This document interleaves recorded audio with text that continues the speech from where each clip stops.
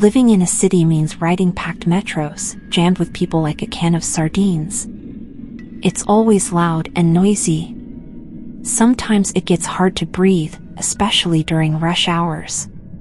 In this part of town, metros are the lifeblood of the city, constantly pulsing with people from all walks of life. But with it comes a certain level of chaos and discomfort, especially during peak hours. I've had my share of unpleasant metro rides, but one day, right in the middle of such chaos, I faced something scary that I will remember for a long time. That day, I was with my boyfriend. The metro was more crowded than usual. It was just like any other day, but we made the choice to stand in the mixed compartment instead of the ladies' section. I felt safe with him, and we found a small space in the sea of people. I'm not very tall, just about 5 feet. I laid my head on his chest, leaning on him for support as the metro lurched along its tracks. The noise was deafening, a mix of chatters, laughs, and the hum of the moving train. The air was thick with different scents, creating a cocktail of city life. Suddenly, I felt an odd sensation. Something brushed against my butt.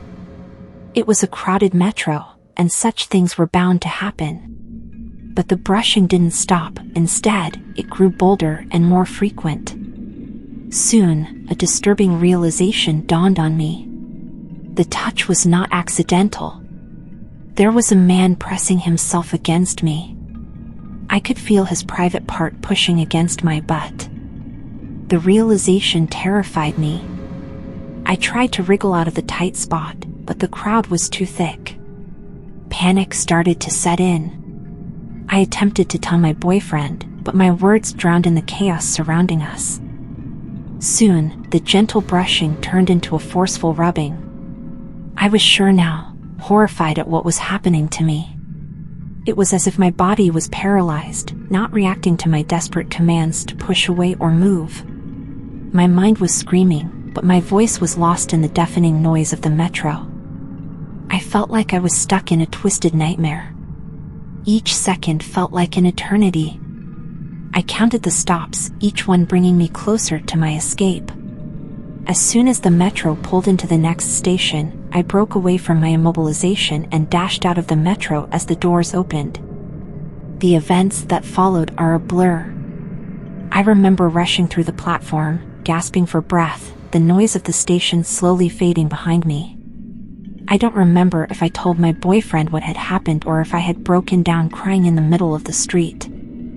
That day still haunts me. It's a chilling reminder of how, despite being surrounded by people, one can still feel utterly alone and vulnerable.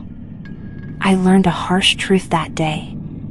Public spaces can harbor unseen dangers, and fear can strike when you least expect it.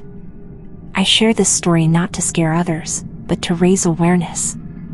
It's crucial to stay alert, to trust your instincts, and most importantly, to not be afraid to raise your voice when you feel threatened or uncomfortable.